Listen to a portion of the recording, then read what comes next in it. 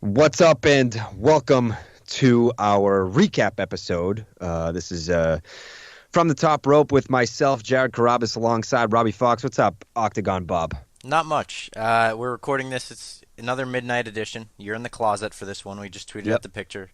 hmm When we record these shows at night instead of the morning, you just happen to be in very weird locations. I Yep. figured we're gonna kind of swap roles for this one. We're gonna have you drive the show because I'm a little tired. I've been low on my Dunkin' Energy punches, and I was less than enthused with WWE's Battleground show. And we set out to make this a very enthusiastic, positive wrestling podcast.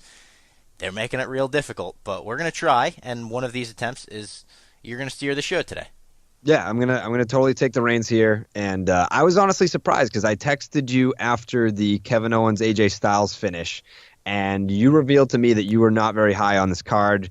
So we're gonna get to that. We're gonna get to that because I was surprised by your reaction. Obviously, you being a Kevin Owens guy, and it was right after Kevin Owens goes over AJ Styles. But obviously, we'll get to that. But first, we got to plug some shit. We got to get the shit in, and that is to follow us on Instagram and follow us on Twitter at From the Top. There's no rope there, but From the Top. Follow us on both Instagram and Twitter. Also, subscribe on iTunes and rate the show. It helps us out a lot if you subscribe on iTunes. Leave a little rating there, 5 stars. That's the only rating that you possibly can leave is 5 stars. This is a 5-star program. Very Rob Van Dam-esque program that we're running here. So without further ado, we got to get into this. This is I didn't actually see. Was this the pre-show match, the Ty Dillinger versus Aiden English match? This was the pre-show. Yep, it was.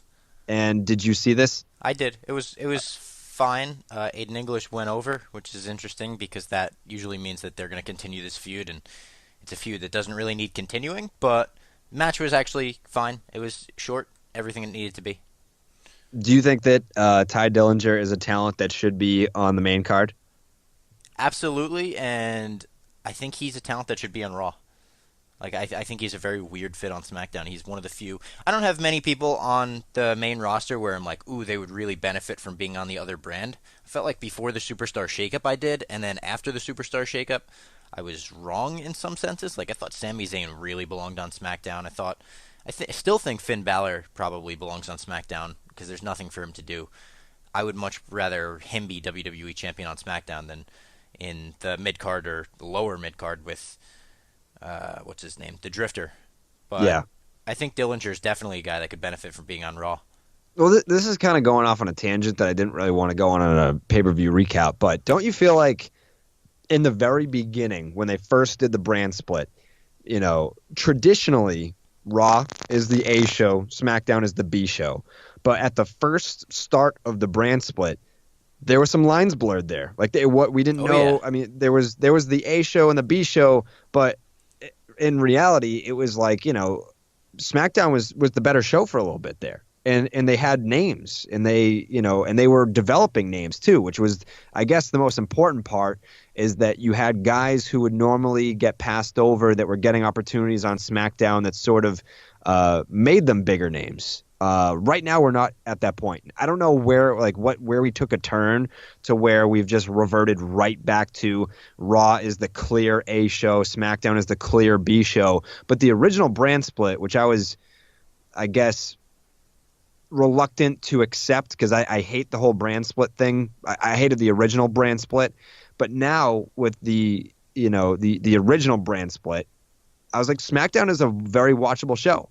And now it's gotten to a point where it's not as exciting as it was originally. I thought SmackDown was like way more than watchable. SmackDown was, in my opinion, the A show for a while. There were so many fun things going on SmackDown. Like it I don't want to say the Superstar shakeup was when it really took a turn for the worse. It was already going down before that. WrestleMania season was when it started to, and I think that's when Vince got more involved in things. But SmackDown was awesome, especially the women's division. You had just so many different feuds going on at once. You had Alexa and Becky for the title, which was really cool. Introduced Mickey James back into the equation. Carmella and Nikki had a decent feud going on. Natalia kind of getting involved in that. Now it's just all the women hate each other. We'll talk about that later, obviously, Yeah. with the 5 men. But it's just like the cliche, like, okay, none of them can get along with any of them, and there's factions, and SmackDown was fucking awesome for a while. Dean Ambrose was huge on it. The Miz was great on it. Dolph Ziggler obviously really good. And now, yeah, SmackDown is almost as worthless as it was before the brand split ever happened, which Yeah. is a shame to see happen. It's a goddamn shame, Rob. And I'm looking at this right now, and I think for the most part, I see what they did here. I see what they did here with going off on, the Philly crowd. So I always look at the crowd, in terms of before the show starts. I look at the card, and if it's an underwhelming card, I'm like, oh, it's Philly. That's always going to be a hot crowd. And They were. So I'm looking at what was the opening match? Like, how are they going to get this crowd going, knowing that they want to get going? This is not a crowd that you need to lead in a certain direction. They want to go nuts. So in Philly, they open up the show, SmackDown Tag Team title match, New Day versus the Usos. I forget. Did you say that the Usos were going to retain? Yeah, I did. I did too. I think we both, pretty much had the same opinion on this. Very surprising that New Day won before SummerSlam, especially. I think their betting odds were like Usos were very favored. But this match set the show to a very nice tone. Very exciting match. It was awesome. Yep. The show kind of took a turn after that, but I really loved this match, the entire match. One of the better tag team matches of the year, I thought. The false finishers there's a lot of them, but I wouldn't say they were overdone. They weren't necessarily all finisher kickouts. There was a lot of cool high spots on the outside. The story they told was great. Xavier Woods was awesome. Like, he was the standout of this whole match. When he did he does his elbow, like, across the entire ring, this step over tightrope one, and one of the Usos moved out of the way, the other super kicked him out of the air. That was fucking awesome. That was, like, an amazing spot. Loved this match. This match was like, would you call it like a 4-star match? I don't know. But it was so exciting. The crowd was going absolutely bonkers for it. Like, this set the show to a very nice pace. Yeah, it was a good match. Biggest thing I took out of this, though, is that finally the New Day can go back to their original entrance, because the one that they were working with now is just it's very clunky. When they come out and say, the longest reigning tag champs. Yes, they said? longest reigning tag team champs. It's like, nope, that doesn't roll off the tongue. They doesn't go right back to, I guess, three-time. Yep. I like their gear too. Their gear was awesome. They had like the Apollo Creed Rocky IV style gear with the over the top patriotism, and they came out and I was like, that's kind of like strange for this show. I know Battleground is normally flag oriented, but when they won the titles and they held them up and they were the blue titles against that gear, I was like, ooh, that looks really nice. Yeah. It was definitely a plus match to get the night started, to get the Philly crowd going. Yeah, perfect like opener. I said, not that difficult to do.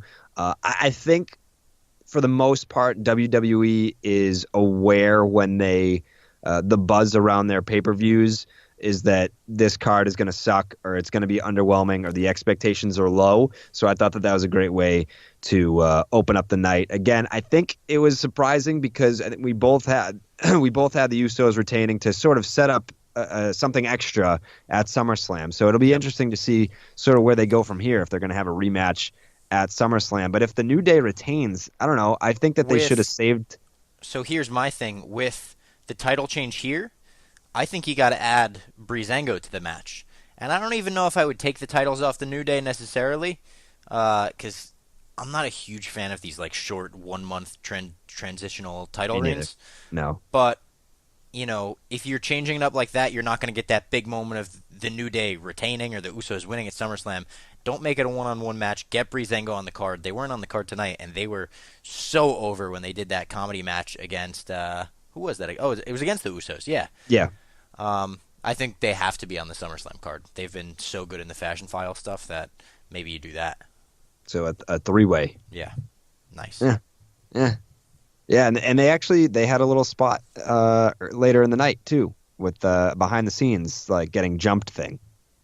Yeah, they're doing the Fashion X-Files now. Yes. Which is great. It's awesome. It reminds me, and I think we talked about this before, about how Wade Barrett basically created his character Bad News Barrett on the what was it? The JBL and Cole show. Yeah, which was the YouTube version of that. Yep. And it seems like to me they're sort of letting Breezango have their YouTube show, but on the actual programming, which is great. It's It certainly is building great the cast because, here. especially because Vince wasn't big on it. I said it on the show when it first started, but Vince was really not big on it, and they had to push really hard. And Vince was like, I just don't see it. And then the crowd reaction and the fans online obviously were so over the top, like this is the best thing on SmackDown every week, that they're sticking with it. And they're really changing it up. They've done the Miami Vice one, now they're doing the X Files. They did the old timey detective stuff. Just every evolution of it is still funny. You get a tattoo there, Octagon Yeah, Bob? I do have a tattoo here. Look I at finally got my wrestling tattoo. My that. I got a turnbuckle on my arm. There's a picture of it online. Yeah. You could check that out. Yeah, how long did that take? It took about an hour. It hurt like a motherfucking bitch, Yeah. Mm-hmm. right on the bone. Uh, Not really great. real painful. I had a real just I don't want to say I looked like a kid crying like while he was doing it. I was like, I have the one on my other wrist that says why not, and that didn't hurt, so I was very calm going into this one. And then as soon as the needle touched skin, I was like, oh fuck, these Well, that one's these it things actually hurt. it looks like they did a lot of the outline. It looks like they instead of shading it, it looks like they filled it in with outline. That's a pretty dark tattoo. It is a dark tattoo. I originally it was going to be shaded, and I said, "Can you fill in the whole thing?" Oh yeah. So I was right. They didn't even use the shading needle. They just fucking outlined the whole thing. Outline the whole thing. Damn. Yep. Wow. I'm That a is bold guy. That's taking it like a champ. Speaking of taking it like a champ, the next match on the card was Shinsuke Nakamura versus Baron Corbin. This was an interesting match for me because obviously Nakamura comes up from NXT. You obviously want to build him as being super strong. Baron Corbin wins Money in the Bank. He can't lose either. So for a card like Battleground, I mean, it's, one of these guys could go over clean if this were SummerSlam and there was some sort of build up to a major feud. Not exactly a major feud, but, you do have two guys who you want to protect here. How are they going to do this? I wasn't exactly expecting a clean finish to this one. I can't say that I was disappointed either. I mean, the finish made sense. It was basically Baron Corbin just kicks Shinsuke Nakamura in the balls, which it was pretty funny because I don't know if you pick up on the little details here, but Corbin kicks Nakamura in the balls, and then they announce Nakamura as the winner of the match and start playing his music, but he's just rolling around on the Yep. mat, grasping his balls in pain. And Yeah, it's the just fans pretty are like, funny. oh. And He's like, just oh vomiting, fuck, he kicked me in the dick. rolling around on the ground. So there were some other takeaways from this match too. I think for me, I've been critical of Baron Corbin in the past, and I think it's because I paid attention to him down in NXT, and there were some other things about how his personality-wise, kind of being like a pain in the ass or a snob or whatever.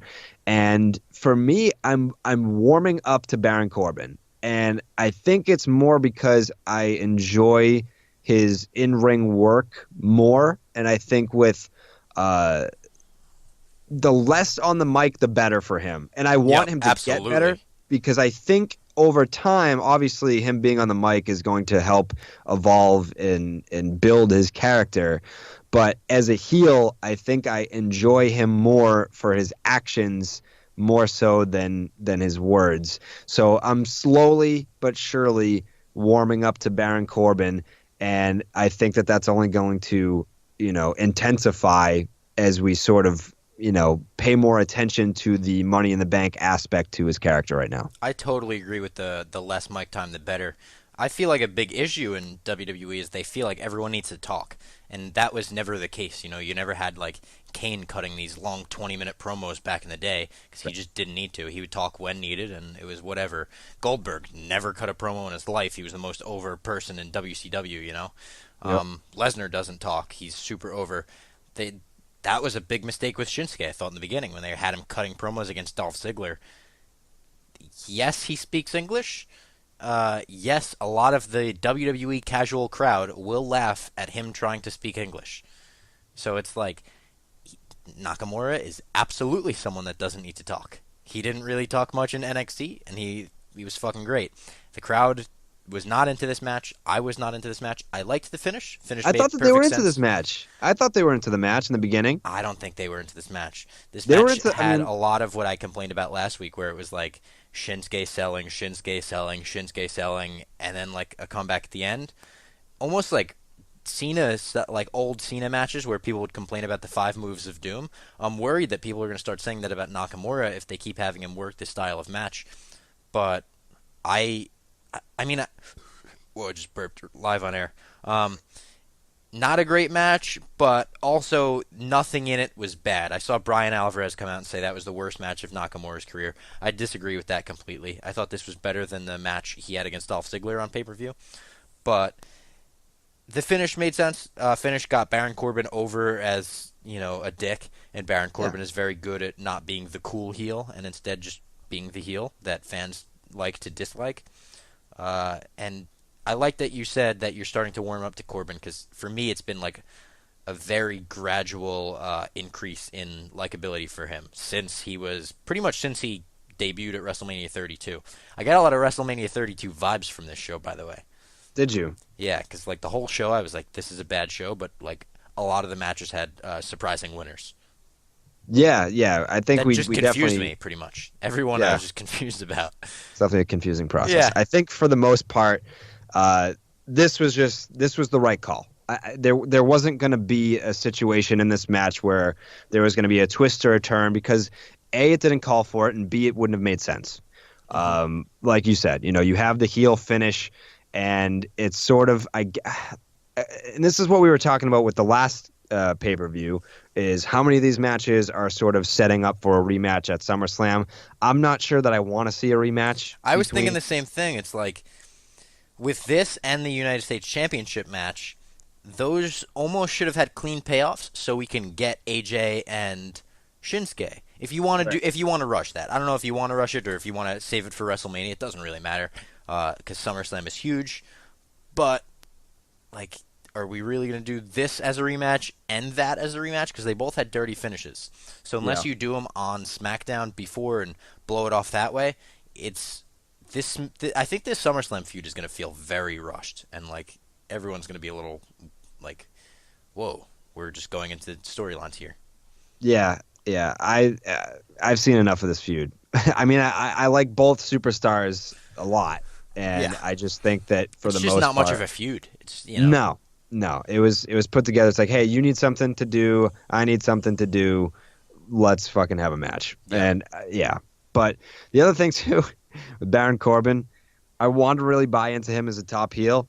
His hairline, man, his fucking hairline. Come I can't on. take him. No, I can't. I can't take him seriously as this, badass evil heel when his hairline is just fucking LeBron James before hair plugs. I can't do it. But someone tweeted me that too, and they're like, "Do you think Baron Corbin can ever be a top guy with his hairline?"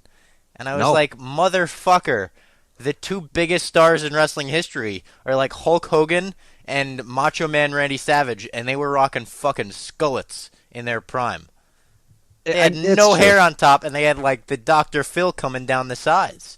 It's true. Come It's on, true. man. He should But he should go full skillet though. He should like just start shaving the top, embrace it. embrace it, be a bandana guy. Go with it. Yeah, Yeah, the way that they sort of describe, the WWE champion, like that's the guy. That's the guy that, the company is going to ride or die with, and he's that guy. But with Baron Corbin, it's like the Money in the Bank winner. It's like that's the guy that we believe in who could potentially be that guy. yeah. And it's I don't know. Write it off as a business expense. Go get yourself some hair plugs, and we'll see what that does for your career, Baron Corbin. I thought with this finish, by the way, it did plant a little seed in my head that was like maybe he cashes in tonight because Money in the Bank winners always have kind of weird. If they wrestle before the main event, they always Yeah, have kind of weird finishes. Seth or Rollins just losses. lost clean. Yeah, they usually lose a lot, or they'll throw someone off. So when he kicked Nakamura in the balls and just laughed about it, I was like, I wonder if he's gonna cash in tonight, and then Nakamura will be able to challenge him for the title. Yeah. Which then I would be very interested in it. Like that would be like, holy shit, that's great feud progression. Yeah, that would have made sense, and that also sets the table for a discussion that we'll have later in the show in terms of where the fuck are they going to go from here. But next up on the card was the fatal five-way elimination match between Lana, Charlotte, Tamina Snuka, Becky Lynch, and this said Naomi. That Naomi wasn't even in the match. No, Naomi was not in the match. She was on commentary. Yeah, so Does it say that on the Wikipedia you're reading off? it says that on the PW Mania results thing. Yeah. But so I think I figured out why I don't like Naomi so much. I figured it out. Why is that? Because it was, I didn't know why for the longest time. And I started to dislike her during this whole like glow gimmick. And I'm sitting there tonight watching her entrance to commentate.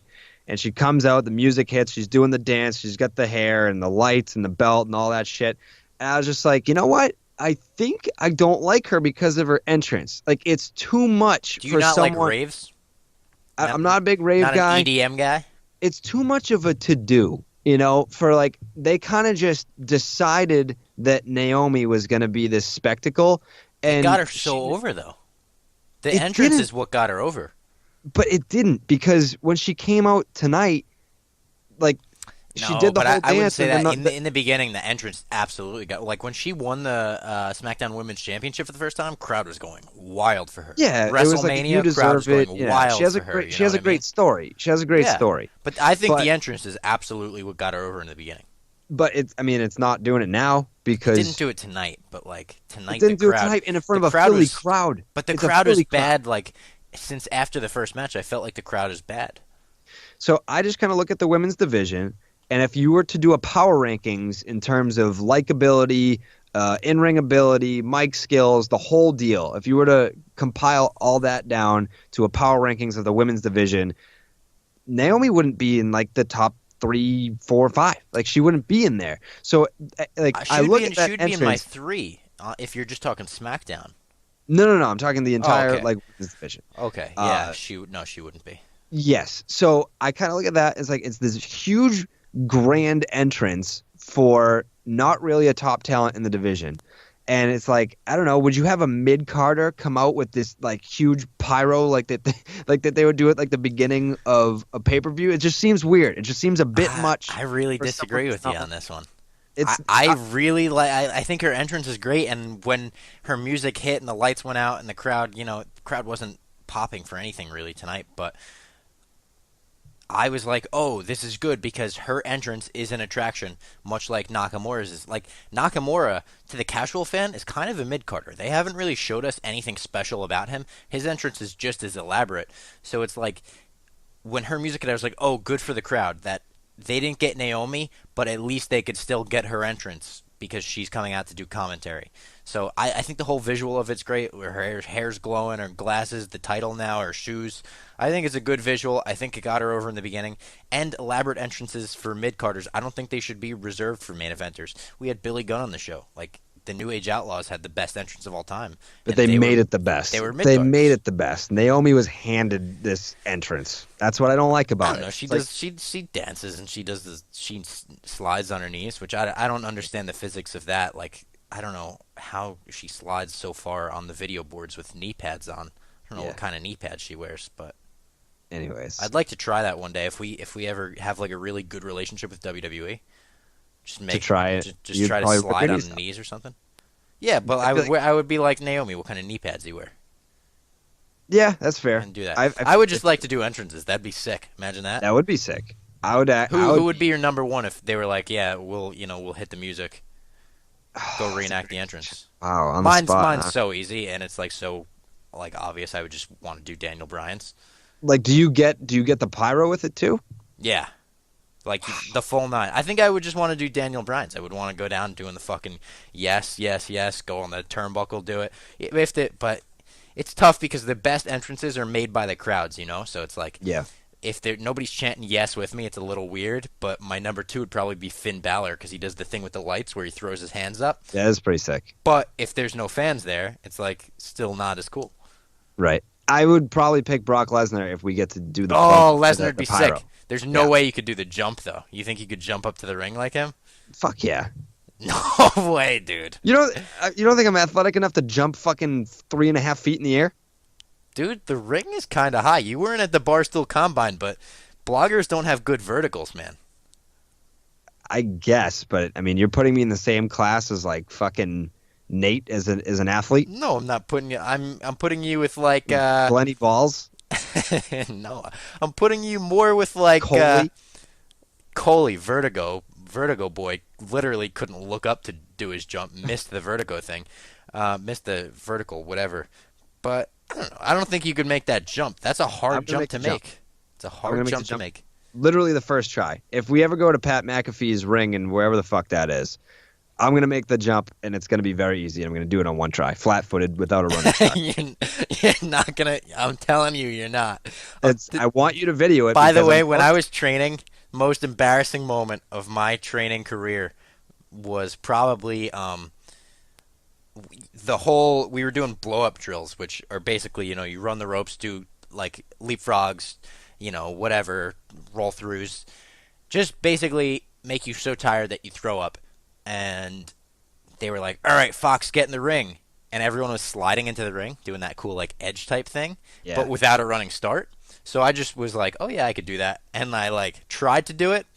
Didn't realize it's extremely hard to do if you've never done it before. Hit my face on the bottom rope and then just like stayed stationary. I didn't slide at all. I kind of just like jumped onto the apron and then I just rolled in like with this look on my face like, "Oh fuck." There's Doesn't like seem 30 fun. people. It wasn't fun. No. It wasn't Yeah, fun. for sure. For sure, it doesn't seem fun. So the match. The match, right? It was the the fatal match five-way. This was a very interesting structure, and the way it was put together really irked me because we had our tag team of Lana and Tamina, maybe the least talented duo in WWE history, putting bad. heat on Charlotte for the majority of the match while everyone else was just laying down on the outside.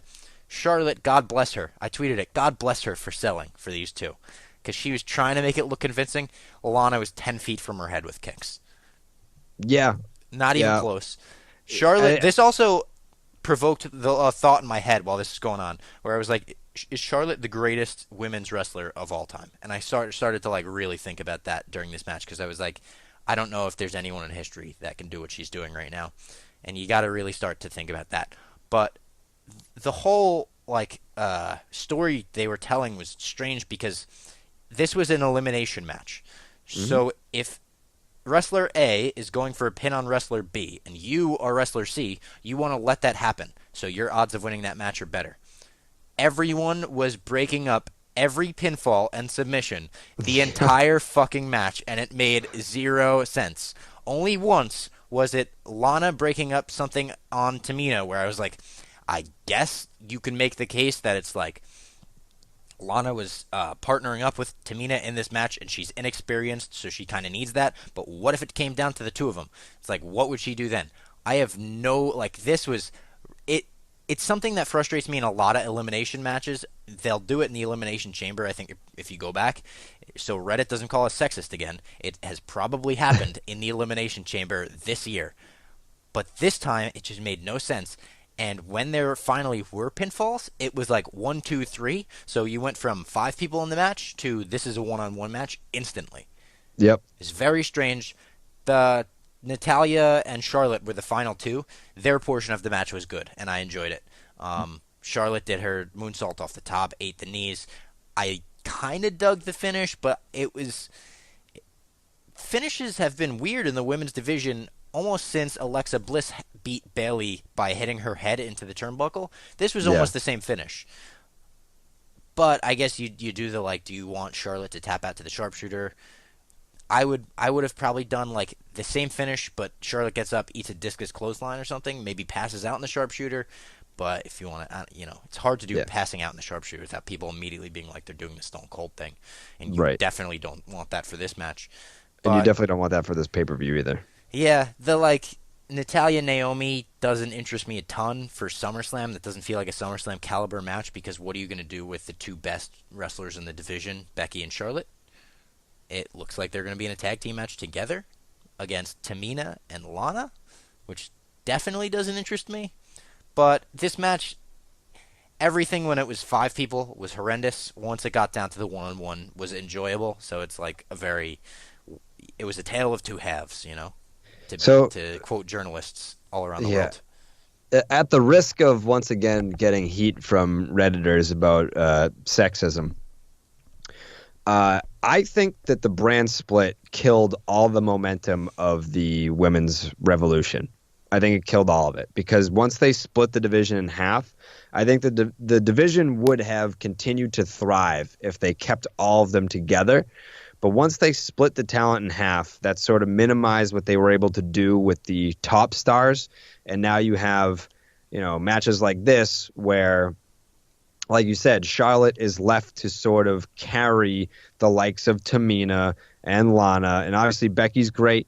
Natalia's been there Yeah, for I almost should a I should decade. say Becky did do a lot of work in this match with like Yes. exploder suplexes that they called a Bexploder suplex every time. To the point where it Yeah. was like, all right, guys, we understand the thing We get it. that you're pushing here, Yeah, but we we see could the call them connection. exploder suplexes. Yeah. Yeah. She also did a lot of work in this match. Yeah. She's great. Yeah, but I just think that when they split the division, it really hurt. And now, in terms of momentum, like you said, you go into SummerSlam with Natalia versus Naomi, and that's the title match for the Yeah, SmackDown it's like Women's Championship. how are you gonna make people excited for that? You can't. It's You don't have enough time, and there's especially just with Naomi. I'm Naomi's defender. We've had this Naomi discussion a ton on the show. She hasn't really been wrestling. Like she wasn't even featured on this pay-per-view. Yet fans are supposed to be like, "Yes, this is our defending champion that we want to really rally behind." yeah. It's not going to happen. Yeah, the momentum is just it's done. The momentum's done.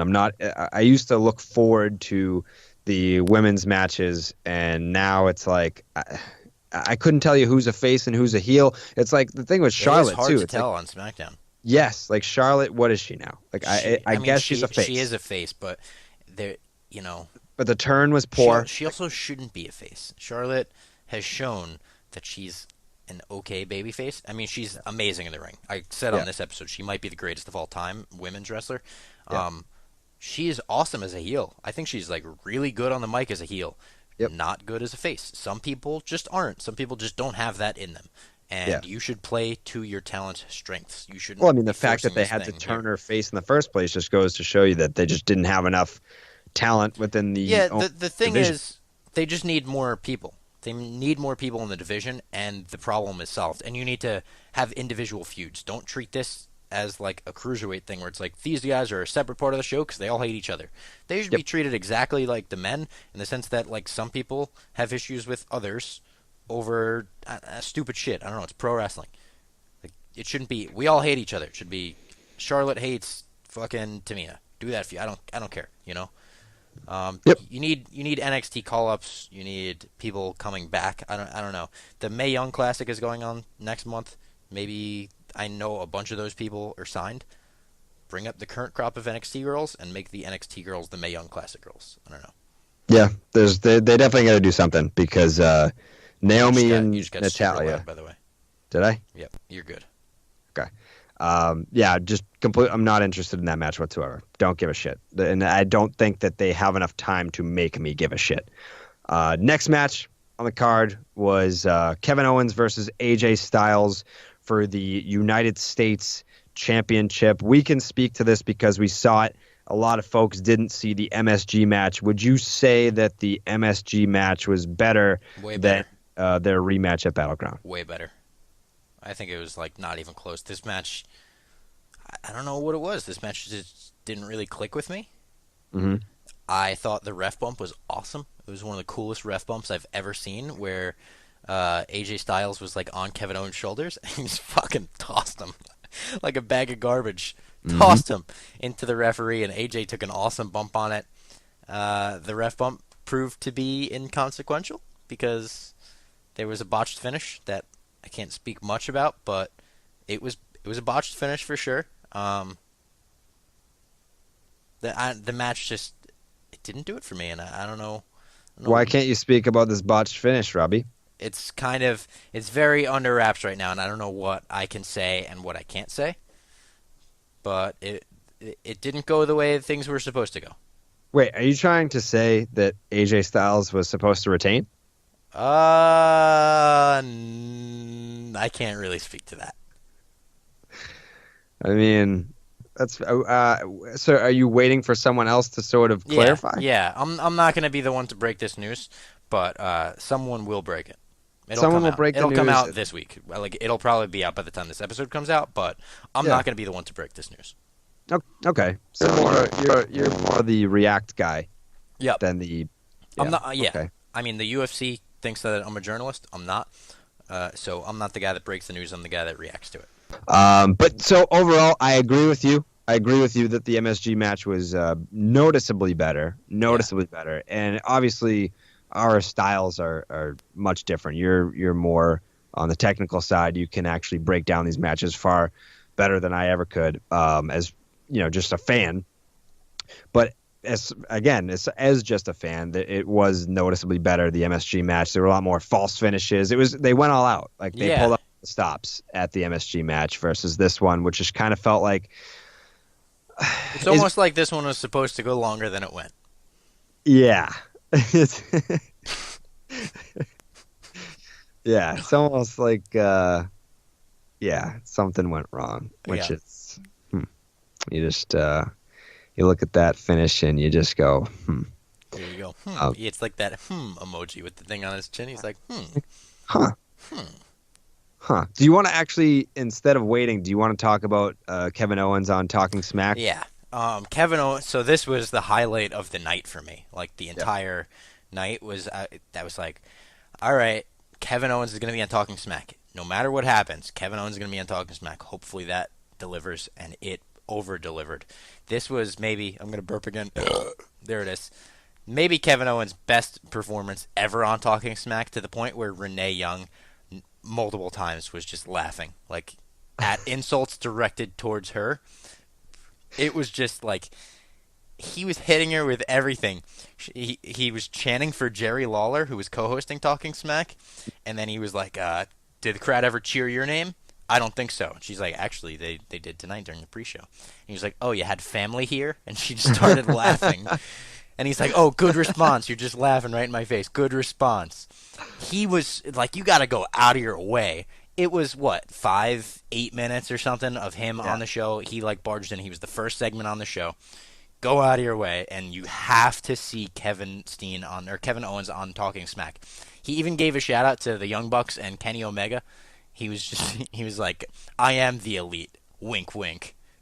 Like that was fucking awesome. Yeah, he was great. There were a lot of legit laugh out loud moments. And then what was the thing that he said? He was like, well, you could kind of tell like that he made reference to the finish, because he was like, well, I guess I'm your new United States champion, America. So congrats to you guys. Yeah, congrats to you guys, he said. Yeah. I don't know what the situation with this title is going to be going into SummerSlam, but it'll be very interesting.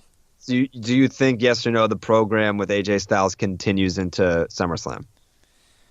After tonight, yeah, probably. Yeah. That's interesting.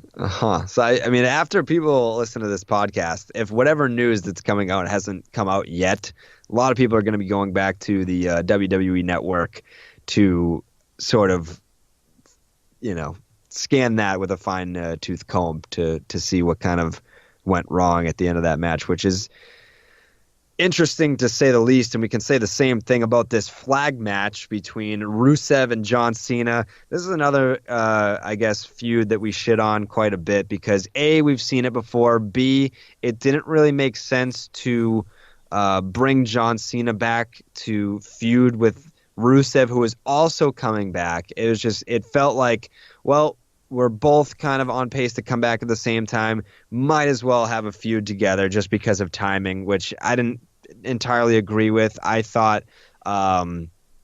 because, and we'll get to this obviously later in the show, the Jinder Mahal Randy Orton feud, which seemingly will never end. I think that it would have made way more sense to have Cena come back and sort of feud with Jinder Mahal. And if the plan is to sort of keep building Mahal, then he could have used the Cena rub. But instead, we get a repeat feud that we've already seen before between John Cena and Rusev. We get a stupid gimmick match. Can we just go back to, by the way, how this gimmick match was started? I was really thinking about this. I included it in my Battleground preview blog, but it makes me laugh so hard. Like, so John Cena comes back and he's like, I'm not a part-timer. I'm an all-timer. And he came back on July 4th and he was like, I love my country. And then Rusev comes out and Rusev's like, I don't like your country. Your country sucks. And John Cena's like, well, you can talk as much shit about me as you want, but you can talk shit about my fucking flag and my fucking country. So how about I hang up my flag in that corner and I hang up your flag in that corner? The first one to grab their flag, run up the ramp, and stick it in the ground, that's the country that's better. It's like, John, what? Yeah. The fuck does that mean, John? Like he went full redneck and he wasn't like, let's settle this like men. The winner of a match. Then we'll know who the real man is, the real country. He was like, let's get this hokey stipulation that's like a weird game of capture the flag. Yeah. Like in kayfabe, this is such a weird reaction to Rusev coming out and being like, I really don't like the country that you're from. John's like, all right, remember WCW? Let's do a flag match.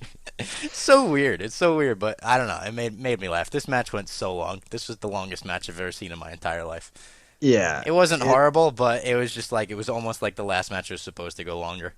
So this match felt to me like a match that the company would stick on one of the USO shows. Yeah. That's where, because they sort of, on the USO shows. It would almost make sense there. Right. It would make sense, and that's like when they do the USO shows, they kind of go off script in terms of what the active feuds are, and they kind of just plan for that one night. That's what this felt like. It was just like, there's no real feud here. It was just like one little mini confrontation on the night of both of their returns that evolved into a flag match. And then what did you think? John Cena was going to not fucking stick the American flag in the little holder in Philadelphia when you got JBL saying, this is the birthplace of America, Michael. Like, it's just like, it's not going to go any other way. They're not going to have, Rusev stick the Bulgarian flag in there and have the American flag on the ground, especially, how prideful WWE is of, their support of the troops and all that. So, yeah, it was a very predictable ending to a feud that no one really cared about and a match that didn't really have to ever happen. Rusev took a crazy bump at the end, though. Like he did. Threw the two tables onto the stage. That had to suck. When he Off took out the stairs. When he took out the other table, I thought he was going to stack them, and that would have I would take any bump in the world if I was going through two tables. Yeah. Like, me and one of my friends have had this conversation. My friend was like, yeah, I'd jump off the Empire State Building if I was going through two tables. Like, two tables are basically the equivalent of jumping onto a mattress. Rusev, they were not stacked on top of the other. They were next to each other. And he went through both of them onto the stage. And I was like, oh, fuck, that must have sucked. One of my favorite Twitter follows there is this guy, Tom Blarg. Tom, a.k.a. the Big Dog, is his Twitter name. And he said he wished that John Cena just AA'd Rusev right onto the flagpole, just impaled him? Impaling him. He's like, that would have been a much cooler finish. But yeah, it was like, I don't know, the match, like I said, nothing about it was like, this is bad. It just seemed to drag on forever and ever and ever. And then it had like the ending that we all knew was coming. Would have been like maybe cool if Rusev won. It would have been like, oh shit, John Cena can't defend his country like he used to, the former Marine. And Rusev and JBL said, that has to be the biggest win of John Cena's career. And I was like, what the fuck? John Cena's literally like never lost to this guy. John Cena's beat this guy 1,000 times. Yeah. I don't even know what titles. What is like what would be the sports comparison? It's like the Blackhawks beating the Blues in the playoffs. It's like, that has to be the biggest win of their career. It's like they've done it 100 times, dude. That'd pretty much be like the Yankees beating the Red Sox before 2004. Yeah. Yeah, and it being called the biggest win of their career, like in a regular season game too. Yeah, yeah. It's just such a bizarre line. Like, I don't know how anyone on commentary didn't like look at him like, dude, you can't say that on air. Mhm. It was a little strange. I hope that was just kind of John Cena's reintroduction to, being in the spotlight again, back on the active roster. I do not wish to see this continue past this match. Uh-uh. You had your little disagreement about whose country's better. John Cena won. America's great. Your country stinks. And that should just be the end of it. I don't know. I'm interested to see. I don't know if you have any insight on this. What's next for John Cena, especially with SummerSlam coming up, and you made this point before about how he always puts on excellent matches at SummerSlam. I'm curious to see who they put him in a program with for this. I think it's gonna be Jinder. You do? Yeah, unfortunately, I do. Fuck. Like, how are they going to Unless he wants to go for the U.S. title again and restart that open challenge thing, which would be awesome, and it would actually, like, you would be able to get some stars on SmackDown doing that. But I don't think it'll be that. I think that'd be the way to go. But see, I wouldn't take the title off Owens right away.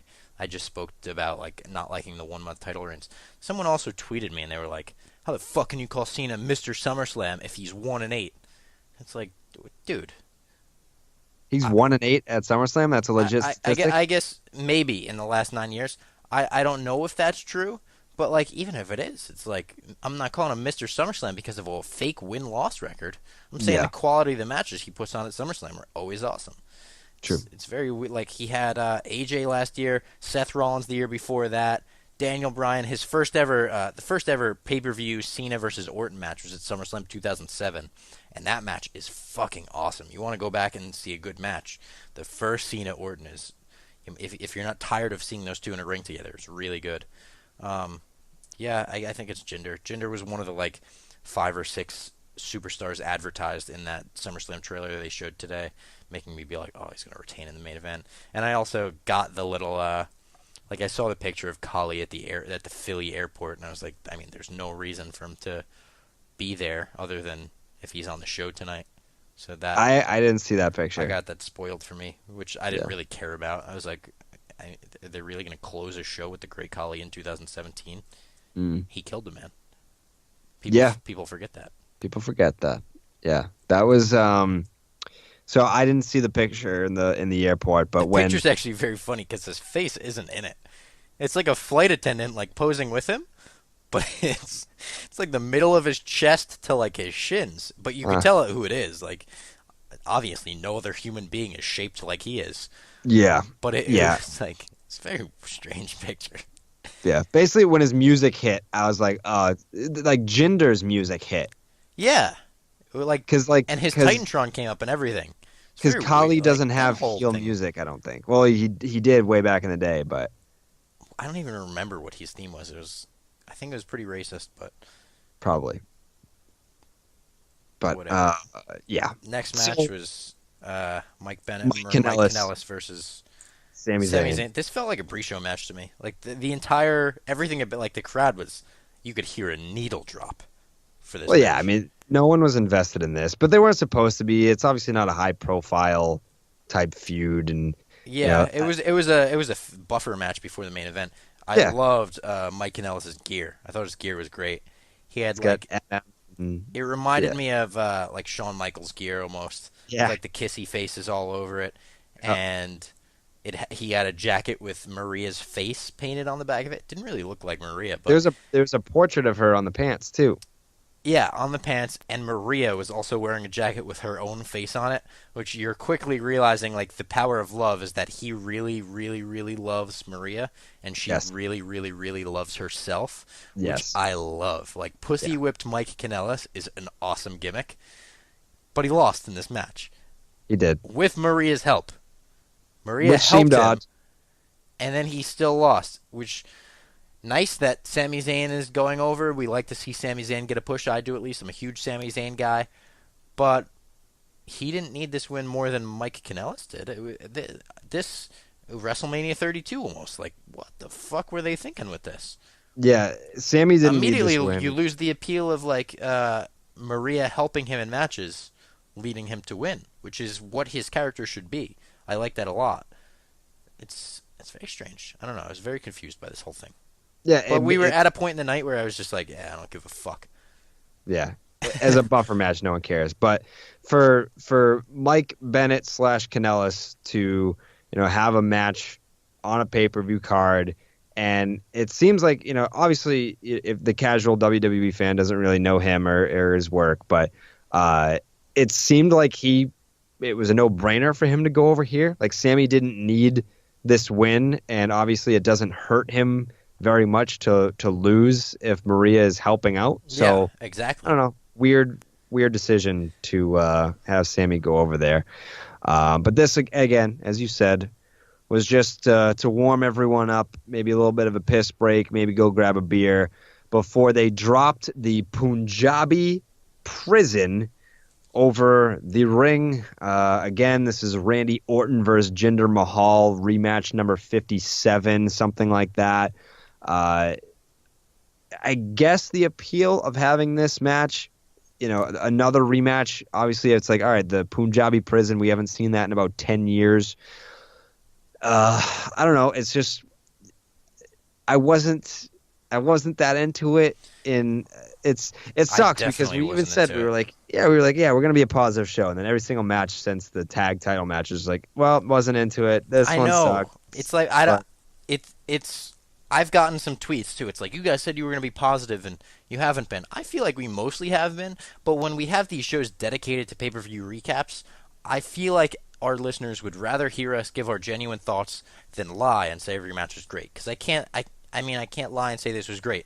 I can say this match had some great things in it. First of all, the Punjabi prison is like insulting to anyone that buys a ticket. Because how many people tweeted us their views, which were basically non-views. You can't see shit that's going on in the ring. Through the two bamboo structures, our social media guy, Nick, I'm going to fucking mispronounce his last name again. It was like Buono. I'm going to say Buono. I mean, that's definitely wrong. But he was front row. He had a from the top rope sign. It was awesome. It got on screen like all night. He's front row. And I texted him during the main event. I'm like, dude, how's your view? And he texted me. He's like, literally can't see shit. Front row tickets, like $600 tickets. Couldn't see the main event at all. So that's tough. I forgot about the rule thing. I'm sure they said it on SmackDown, and I just like zoned out. I forgot about there's 3 doors on the first structure, and you can request one to be opened for 60 seconds, but once it closes, after those 60 seconds, it gets padlocked, and you can no longer use that door. This whole thing feels like a fucking Legends of the Hidden Temple skit.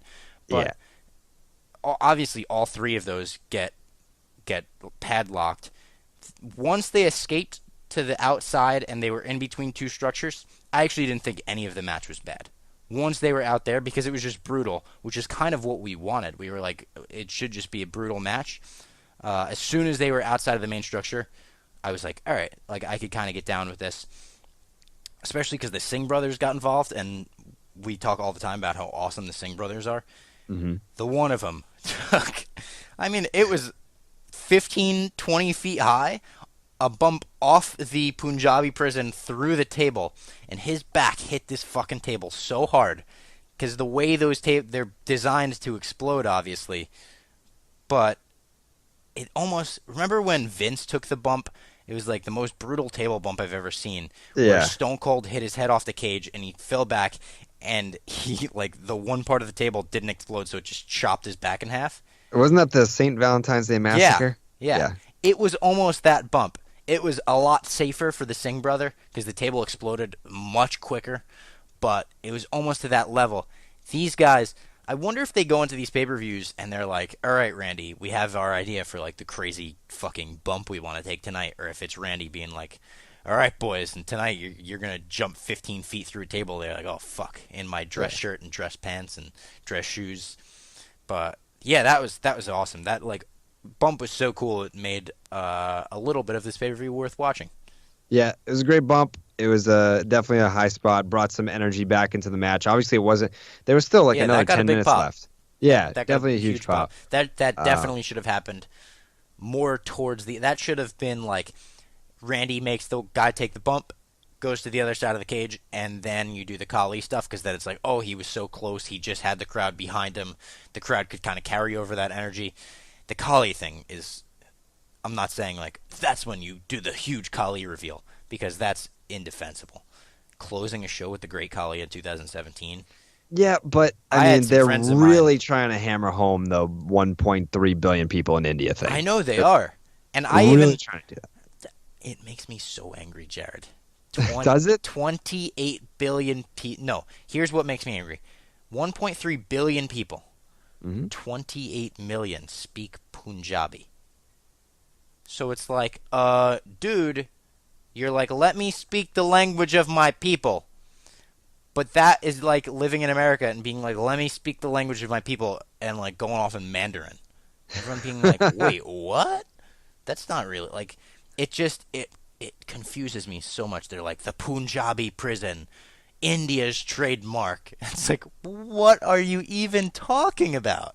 This is a little bit racist.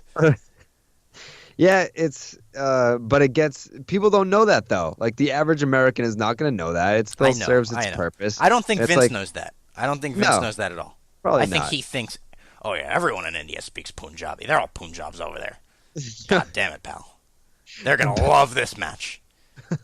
Bamboo everywhere. The crowd's gonna love it. They'll smell the bamboo. It's gonna be fucking fantastic. Have some fun, damn it. Yeah, it's definitely one of those things where you got to take it for what it is. Know that it's not going to be a perfect creation. It's different. It's unique. It's something that we're not going to see very often. I hope. Something But I saw too. This was the 11-year anniversary of the first one, to the day. yeah, yeah, That surprised yeah, me. First one people forget was the Big Show versus the Undertaker. which made no fucking sense. No, it was supposed to be Undertaker Khali, and then Khali got hurt right before it. And they were like, "Oh, we still made this fucking big bamboo thing. Want to use it?" Yeah, but with Kali, I mean, when is the last time that we saw him? Probably 2013, I want to say. Yeah, when like he was like in a love angle with Natalia, who couldn't stop Yeah. farting. Yes. Remember Right. that? That was horrible. Weird. Khali Super can't weird. move. Is my thing. Like, is he gonna be back? I hope not, because he can't move. I I hope don't not want to. I either. don't want to see that guy. Yeah, I was He just also so he kept grabbing Jinder's title and holding it up at the end. And if you yeah. go back, Jinder was looking at him like, "All right, dude, like you have to. I have to. You're done playing with my title. Like I have to hold this up for the final shot." Yeah.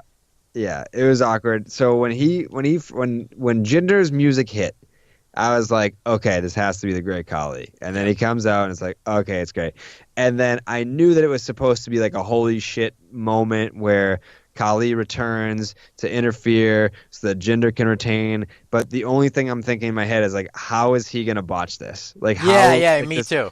this clunky, So uncoordinated, clunky. like, yeah, like how is he going to do something that looks so unnatural, so awkward that it ruins the whole finish of the match? And I guess I mean, He was it went fine. I off. mean, Yeah, he was fine.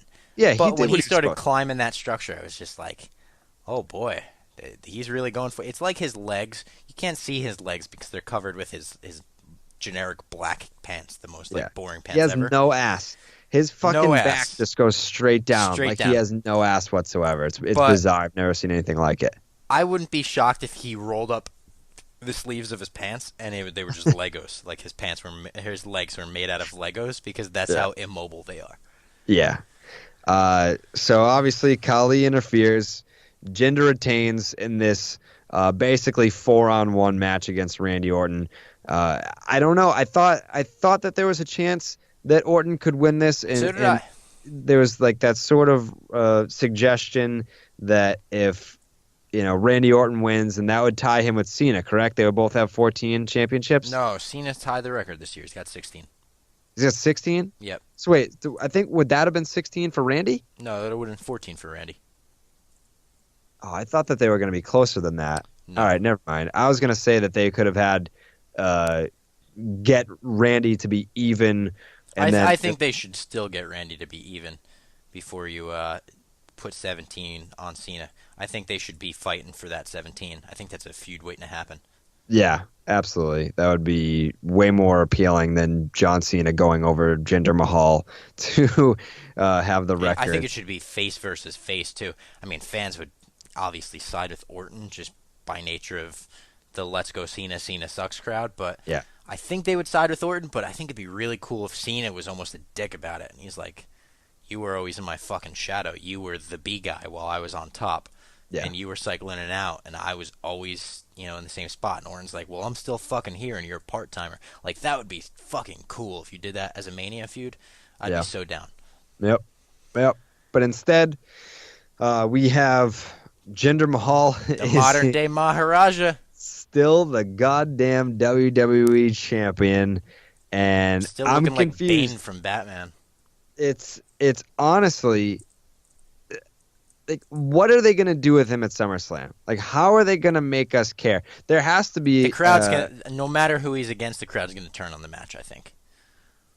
Probably. I don't think there's anyone on the roster you can put against Jinder Mahal that the crowd wouldn't just like. The crowd will do their "We Are Awesome" fucking beach ball mania. It's gonna be one of those situations. The crowd will not root for anyone in his match at SummerSlam. Yeah, probably not. But just for the sake of wondering, you say John Cena? As of right now, as of 12:30 a.m. the night of Battleground, I'm going to say John Cena. I think it'll become much more clear on SmackDown Tuesday night. So then if it is John Cena, then we can circle back to that last point about how he's not going to break Ric Flair's record against fucking Jinder Mahal. So that means Let's hope that not. Jinder Mahal... I wouldn't put it past him. I mean, his record-tying reign, which is supposed to be huge, I mean, it was literally historic. Whether you consider Ric Flair's 16-time championship true or not, because he's had like 22, I think, officially. But WWE, for all purposes' sake, says 16. That was a 1-month transitional reign, and he lost it his first defense. So it's like, I don't know. I wouldn't put it past him to give him 17 against Jinder. I think they might think that's a big moment. That's fucking ridiculous if they do that. Yeah. That would be such a letdown. It would be. It's a letdown either way. It's a letdown either way if that's what we're going to see at SummerSlam. If it's Cena and Jinder Mahal, that's going to be a tremendous letdown. Because what did John Cena do besides beat Rusev to even earn a title opportunity? And in a match between those two guys, how are you going to have Jinder Mahal go over as the champion at SummerSlam? And how are you going to have John Cena break Ric Flair's record against Jinder Mahal? The whole thing just sucks. I just hope that that's not the match that we see at SummerSlam. I hope not too. But like, I don't know who they're going to put what John else Cena do you do? against. It's and who else do you put Jinder against? SmackDown's almost booked themselves into a corner where I feel like Raw has a lot of intriguing matchups. Like I think the main event of SummerSlam, the Fatal 4-Way Hoss match between Braun, Brock, Joe, and who's the other one? Roman. Oh, Roman. I think that's worth the price of admission. Like, I'm at SummerSlam for that match, and I don't give a fuck what else is on the card. I guess what they could do is have Baron Corbin cash in and announce that he wants the match at SummerSlam. SummerSlam. You could, but I think with Corbin, especially the way he beat Shinsuke tonight in that heel fashion, just kicking, or not beat him, but, kick Shinsuke in the dick, I think they're going to run with he's going to have a really cheap cash in. Yeah, for sure. Like an Edge type cash in. Yeah. Which is going to be a good character builder for him. So overall, what's your grade? What's your grade for Battleground? Oh, boy. I can't give it an F because there were aspects of the show that I enjoyed, like the tag match, which I thought was phenomenal. Almost like the first Battleground pay-per-view ever. Show was not very good. A lot of people look down at that show as a one-match show with the Rhodes family versus the Shield for their jobs back. Mm-hmm. Almost like this show. If you go back, Randy Orton versus Daniel Bryan main evented that one, and Big Show came out and just punched them both in the face, and that was the end of the pay-per-view. Mm-hmm. Bad finish, but the match before that was pretty good. I would say like a D, or at best a C minus. At best, like that's really, really, really pushing it. I would say a D for Battleground. Okay, I'm going D plus. I'm going D plus. Don't exist. Of course they do. No, they don't. A D plus. I would have went D plus if D pluses existed. But they do exist. Bro. What are you talking about? You went to school and you got like D plus, D minus? Yeah. Get the fuck out of here. Those don't exist. They must not do that in fucking wherever the fuck you went to school. But New Jersey? Yeah, No. There was no F minus or F plus, but they did D minus and D plus. Yeah. No, I A first lot of people are I going to just see got it you I got as like well. I got A plus A minus, B plus minus, C plus minus, D F.